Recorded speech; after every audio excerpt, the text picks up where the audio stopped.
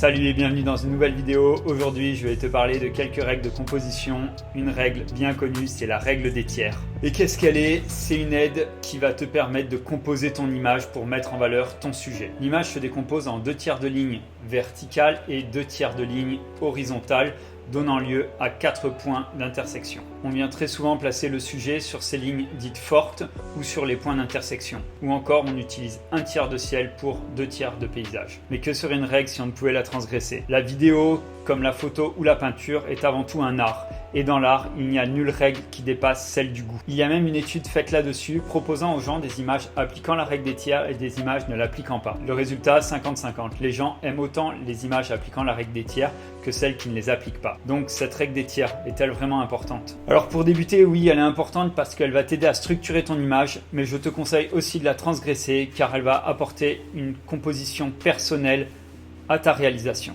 Je vais te montrer quelques exemples afin que tu vois les choses importantes dans la lecture des règles de composition. Voilà une image où la règle des tiers est respectée. Je laisse de l'air devant moi, derrière moi un peu moins. Voilà, on a des bonnes proportions.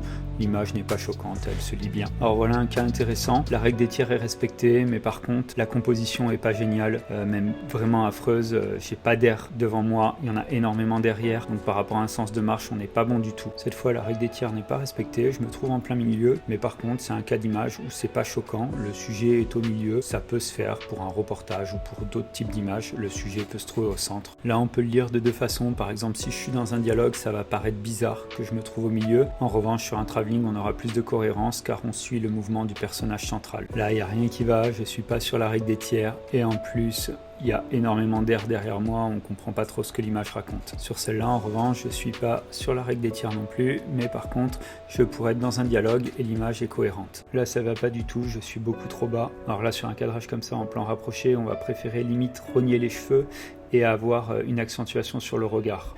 Il est donc important d'avoir une composition d'image cohérente pour en avoir une meilleure lecture. Voilà, cette vidéo est maintenant terminée. Si tu l'as aimé, like. Si t'es pas abonné, abonne-toi. Il y a encore plein de vidéos qui arrivent sur la formation Filmmaker. Je te dis à très bientôt dans une nouvelle vidéo et surtout, sois créatif.